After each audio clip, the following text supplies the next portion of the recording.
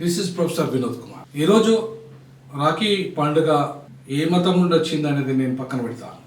మతం ఏదైనా, అది హిందూ మతం కావచ్చు, బౌద్ధ మతం కావచ్చు, క్రిస్టియానిటీ కావచ్చు, ఇస్లాం కావచ్చు, ఏ మతమైనా కానీ, పార్సీ కావచ్చు, మతం ఏదైనా సరే, ఇది అన్న తమ్ముళ్ళు, అక్క చెల్లెళ్ళు వాళ్ళ మధ్యలో ఉండే ప్రేమానుబంధం ప్రతి సంవత్సరం గుర్తుంచుకునే విధంగా భారతదేశంలో పుట్టిన ప్రతి పౌరుడు పౌరురాలు ఒక అన్న విజయమే కాకుండా అక్క క్షేమం, చెల్లెలి క్షేమం, అన్నయ్య తమ్ముడు క్షేమం, మొత్తానికి కుటుంబం ఒక పండుగ వాతావరణాన్ని ఇది కలుగజేస్తుంది. సో కాబట్టి ఆ కుటుంబం మతం ఏదైనా సరే దీనికి తప్పకుండా జరుపుకోవాలి. సో మా ఇంట్లో అయితే నేను ఒక మతం, మా అమ్మ ఒక మతం, నేను బుద్ధిస్టు కమ్ క్రిస్టియన్, అట్లాగే మా అమ్మ క్రిస్టియన్, మా ఆవిడ హిందూ, మా పిల్లలైతే వాళ్ళ ఇష్టం. ఇంకా మా కుటుంబ సభ్యులంతా ఎక్కువ శాతం క్రైస్తవులే. సో అయినా సరే ప్రతి సంవత్సరం మేము రాఖీ పండుగ కట్టుకుంటాం. రాఖీకి ఖచ్చితంగా ఆ రాఖీ మా అక్కజనులను కట్టిపోతారు. రక్షాబంధన్ అనేది ప్రతి సంవత్సరం మా చెల్లె కానీ, అక్క కానీ, మా పెద్దక్క విమల, ఈమె మా చెల్లెలు మరియా, మా రెండో అక్క అయితే రాలేదు, విజయమ్మ. సో ఇద్దరు అక్కలు, ఒక చెల్లె, వీళ్ళు ప్రతి సంవత్సరం మా పెద్ద అక్క కానీ మా చెల్లె కానీ కడతారు. ముఖ్యంగా మా పెద్ద అక్క అయితే ఎవ్రీ ఇయర్ కూడా ఆమె అసలు మర్చిపోకుండా ఎక్కడన్నా వచ్చి మా కుటుంబంలో రాఖీ కట్టే సాంప్రదాయాన్ని అయితే మా అక్క మరవదు. ఆమె క్రిస్టియన్ అయినప్పటికీ కూడా, మా చెల్లెలు కూడా క్రిస్టియన్ అయినప్పుడు కూడా వాళ్ళు కూడా మరవరు. సో అంటే క్రైస్తవులు అయితే రాఖీ కట్టుకోవద్దా, రాఖీ నిషేధమా? నేనైతే అట్లా మేమైతే మా కుటుంబం అనుకోకూడదు కూడా. ఎందుకంటే ఒక అన్నతమ్ముల ఆప్యాయతకి, లేదంటే అక్క చెల్లెల ఆప్యాయత, వీళ్ళ మధ్యలో ఉన్న అనుబంధము, ప్రేమ పంచుకోవడానికి రక్షాబంధన్ ఒక రక్షణ కవచంగా, అది అన్న కానీ, తమ్ముడు కానీ, అక్క నుండి కానీ, చెల్లె నుండి కానీ ఆశీర్వాదాలు పొందడానికి ఉపయోగపడుతుందంటే అది ఏ మతం అయితే ఏంటి, ఏ కులం అయితే ఏంటి, ఏ భాష అయితే ఏంటి. సో వీటికి హద్దులు లేవు, అవధులు కూడా లేవు.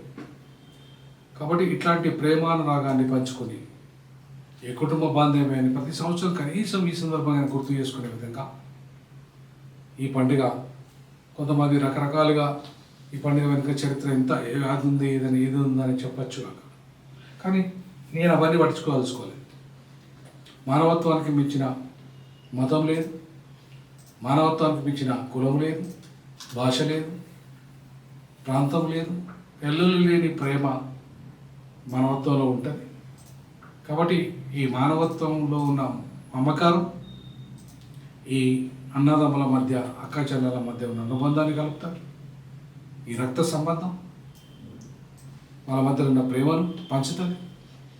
ఆ పంచే ఈ ప్రేమతత్వాన్ని పంచే ఈ పండుగ ప్రపంచ మానవాళిలో ఏ మతమైనా ఆచరించవచ్చు, ఏ కులమైనా ఆచరించవచ్చు, ఎవరైనా ఆచరించవచ్చు, ఎవరైనా దాన్ని ఫాలో కావచ్చు అని నా అభిప్రాయం, వ్యక్తిగత అభిప్రాయం. అది ఇంకా కొంతమందికి ఇష్టం ఉండొచ్చు, ఇష్టం లేకపోవచ్చు, వాళ్ళ అభిప్రాయం భిన్నంగా ఉండొచ్చు.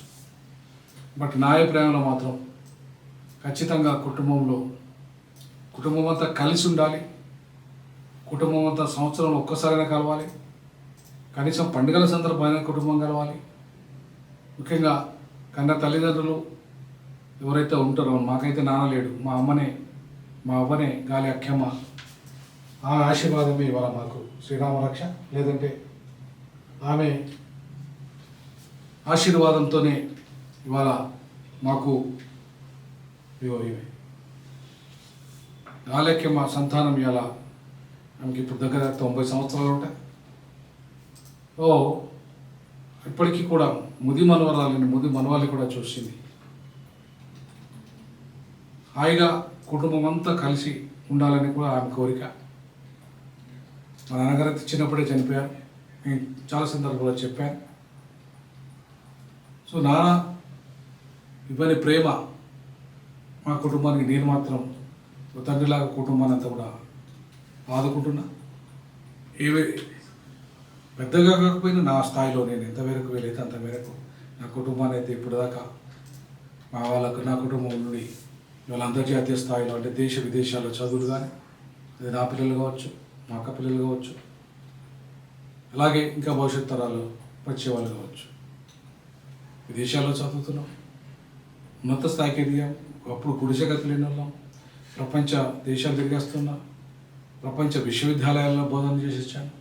ఉన్నతమైన అంబేద్కర్ చదువుకున్న కొలంబియాలో, లండన్ స్కూల్ ఆఫ్ ఎకనామిక్స్లో, ఇట్లాంటి అనేక ప్రపంచ శ్రేణి విశ్వవిద్యాలయాలకు కూడా వెళ్ళి ఇవాళ పరిశోధన పత్రాలు కానీ, లెక్చర్స్ కానీ, ప్రపంచ సదస్సులు కానీ వెళ్ళి రావడానికి ఇవాళ మా కుటుంబంలో ఉన్న వాళ్ళందరి యొక్క సహకారం వల్లనే ఇది జరిగింది. ముఖ్యంగా నా భార్య, పిల్లలు, వాళ్ళ సహకారం మరీ ముఖ్యం. ఇక్కడ నా భార్య కూడా ఆమె చంద్రకళ గారు, ఈ చంద్రకళ గారు ఆమె సహకారంతో పిల్లల సహకారం, పరివర్తన, వినూత్న సహకారం కూడా, నా పిల్లల సహకారం కూడా నాకు ఇవాళ చాలా బాగా అంటే బాగా, పెద్ద పాప పరివర్తన, వినూత్న చిన్న పాప, వీళ్ళ సహకారం, ఈమె నా భార్య చంద్రకళ, వీళ్ళ సహకారము, తమ్ముడు పిల్లలు, తమ్ముడు పెద్ద కొడుకు రాబిన్, ఆయన మంచి ఉన్నతమైన ఉద్యోగం ఇంజనీర్గా చేస్తున్నాడు. ఇంకా వీడు తమ్ముడు పెద్ద కొడుకు, వీళ్ళు చిన్న కొడుకు గ్రూప్ 1 ఆఫీసర్ రాహుల్. సో వీళ్ళు కూడా ఇవాళ ఉన్నతమైన స్థితికి ఎదిగారు.